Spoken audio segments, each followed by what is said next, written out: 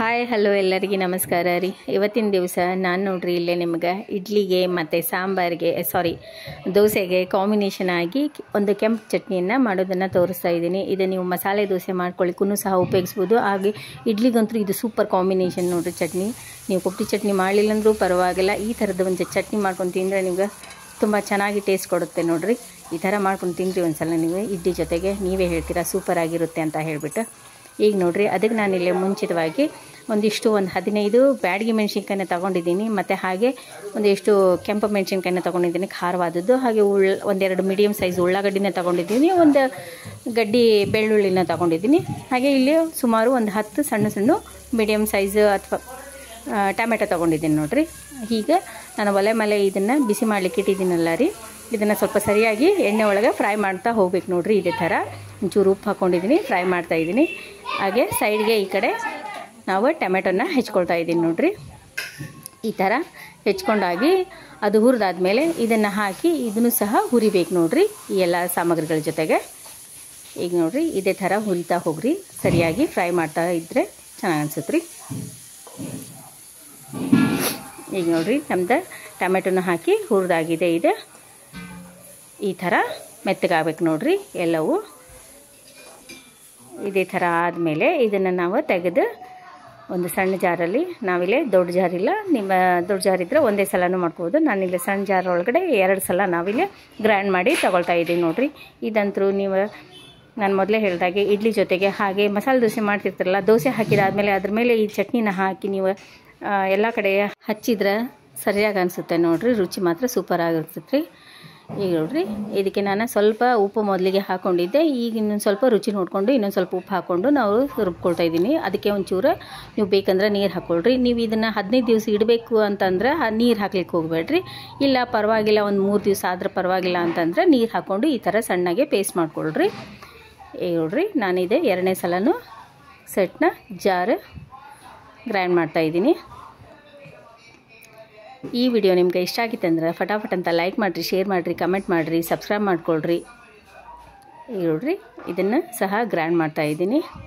Wow, ನೋಡ್ಲಿಕ್ಕೂ ಎಷ್ಟು ಚೆನ್ನಾಗಿ ಕಾಣಿಸ್ತಾ ಇದೆ ರೀ. ಕೆಂಪು ಅದು ಹುಳಿ ಸಿಹಿ. ನೀವು ಬೇಕಂದ್ರೆ ಬೆಲ್ಲನೂ ಹಾಕ್ಕೊಳ್ರಿ ಇದ್ರೊಳಗೆ, ಸಿಹಿ ಬೇಕಂದ್ರೆ. ನಮಗಿಲ್ಲಿ ಸಿಹಿ ಬೇಡ, ನಾವೇ ಉತ್ತರ ಕರ್ನಾಟಕದವ್ರಲ್ರಿ, ಹಾಗಾಗಿ ನಮಗೆ ಇಲ್ಲಿ ಸಿಹಿ ಇಷ್ಟ ಇಲ್ಲ ರೀ. ನಮಗೆ ಖಾರವಾಗಿ ಹುಳಿಯಾಗಿ ಇರಬೇಕು. ಈ ಥರ ಒಂದು ಸರಿಯಾಗಿ ಮಿಕ್ಸ್ ಕೊಟ್ಟಾದಮೇಲೆ ಇದಕ್ಕೆ ನಾವು ಒಗ್ಗರಣೆಗೆ ರೆಡಿ ಮಾಡ್ಕೊಳ್ಳೋಣ ರೀ. ಒಗ್ಗರಣೆ ಏನಿಲ್ಲ ರೀ, ಸ್ವಲ್ಪ ಎಣ್ಣೆ, 1-2 ಟೀ ಸ್ಪೂನ್ ಎಣ್ಣೆ ರೀ, ಮತ್ತು ಅದಕ್ಕೆ ಸಾಸಿವೆ ಮತ್ತು ಉದ್ದಿನಬೇಳೆ, ಜೀರಿಗೆ ಮತ್ತು ಕರಿಬೇವು ಅಷ್ಟು ಹಾಕಿ ಒಗ್ಗರಣೆ ಹಾಕ್ಕೊಳ್ಬೇಕು ನೋಡಿರಿ. ಅದನ್ನು ಕೊಟ್ಬಿಟ್ಟು ನೀವು 3 ದಿವಸ ಫ್ರಿಜ್ ಒಳಗೆ ಇಟ್ಕೊಂಡು ಸಹ ತಿನ್ಬೋದು ನೋಡಿರಿ. ಅದನ್ನು ಬೇಡ ಅಂದ್ರೂ ಈಗೂ ಇಟ್ಕೋಬೋದು ರೀ ಒಗ್ಗರಣೆ. ನೀವು ಇದೇ ಥರನೂ ಸ್ವಲ್ಪ ರುಚಿ ನೋಡಿಕೊಂಡು ಉಪ್ಪು ಹಾಕ್ಕೊಂಡು ಇದೇ ಥರನೂ ಸವಿಬೋದು. ಇಲ್ಲ ಒಂದು ಒಗ್ಗರಣೆ ಹಾಕಿದರೆ ಇನ್ನೂ ಟೇಸ್ಟ್ ಹೆಚ್ಚಾಗುತ್ತೆ ನೋಡಿರಿ. ಇದಂತೂ ಇಡ್ಲಿಗೆ ಸೂಪರಾದ ಕಾಂಬಿನೇಷನ್ ನೋಡಿರಿ ಮಾತ್ರ. ಮತ್ತು ಅನ್ನಕ್ಕೂ ಸಹ ನೀವು ಕಾಂಬಿನೇಷನ್ ಸರಿಯಾಗಿರಿ, ಚಪಾತಿಗೂ ಸಹ ಸರಿಯಾಗಿರಿ. ಇದು ಈ ಥರ ಮಾಡ್ಕೊಂಡು ನೀವು ಒಂದು ಸಲ ನೋಡಿರಿ. ಇದನ್ನು ಒಂದು ಸರಿಯಾದ ಮಿಕ್ಸರ್ ಕೊಟ್ಟಾದಮೇಲೆ ಇದಕ್ಕೆ ನಾನು ಮೊದಲು ಹೇಳಿದಾಗೆ ಒಂದು ಒಗ್ಗರಣೆ ಕೊಡ್ಬೇಕು ನೋಡಿರಿ.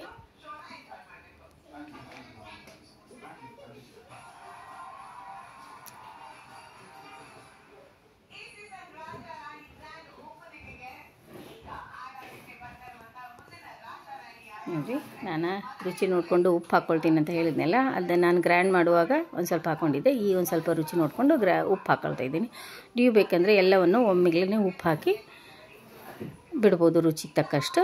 ಆದರೆ ನಾನಿಲ್ಲೇ ಹುರಿಯುವಾಗ ಒಂದು ಸ್ವಲ್ಪ ಟೊಮೆಟೊಗೆ ಮೆತ್ತಗಾಗೋಕ್ಕಂತ ಹೇಳಿ ಉಪ್ಪು ಹಾಕಿದ್ದೆ. ಆಮೇಲೆ ಗ್ರೈಂಡ್ ಮಾಡಲಿಕ್ಕಂತ ಸ್ವಲ್ಪ ಉಪ್ಪು ಹಾಕಿದ್ದೆ. ಮತ್ತು ಈ ರುಚಿ ನೋಡಿಕೊಂಡು ಆಮೇಲೆ ಸ್ವಲ್ಪ ಉಪ್ಪು ಹಾಕ್ಕೊಂಡಿದ್ದೀನಿ. ನಮಗದು ಕರೆಕ್ಟಾಗಿತ್ತು ಉಪ್ಪು.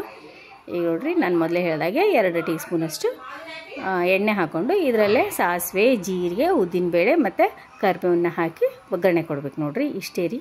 ಬೇಕಂದ್ರೆ ನೀವು ಇದ್ರೊಳಗೆ ಕಡಲೆಬೇಳೆನೂ ಹಾಕ್ಕೊಳ್ರಿ.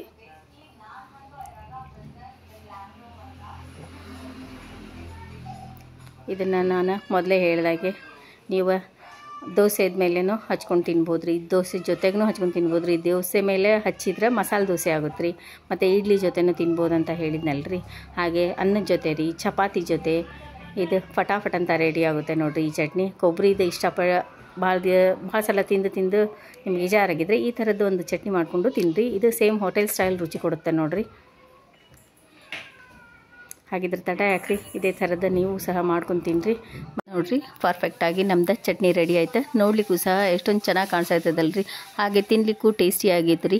ಇದನ್ನೇ ನೀವು ದೋಸೆ ಹಾಕಿದಾಗ ದೋಸೆ ಮೇಲೆ ಇದನ್ನು ಹಚ್ಚಿದರೆ ಅದು ಮಸಾಲೆ ದೋಸೆ ಆಗುತ್ತೆ ನೋಡಿರಿ. ಹಾಗೆ ಚಟ್ನಿ ಜೊತೆ ಇಡ್ಲಿ ಜೊತೆ ತುಂಬ ಚೆನ್ನಾಗಿ ಅನ್ಸುತ್ತೆ ರೀ. ಹಾಗೆ ಅನ್ನದ ಜೊತೆನೂ ಚಪಾತಿ ಜೊತೆನೂ ಸೂಪರ್ ಕಾಂಬಿನೇಷನ್ ರೀ. ಈ ವಿಡಿಯೋ ನೋಡೋದಕ್ಕಾಗಿ ಎಲ್ಲರಿಗೂ ಧನ್ಯವಾದಗಳು ಹಾಗೂ ಎಲ್ಲರಿಗೂ ನಮಸ್ಕಾರ.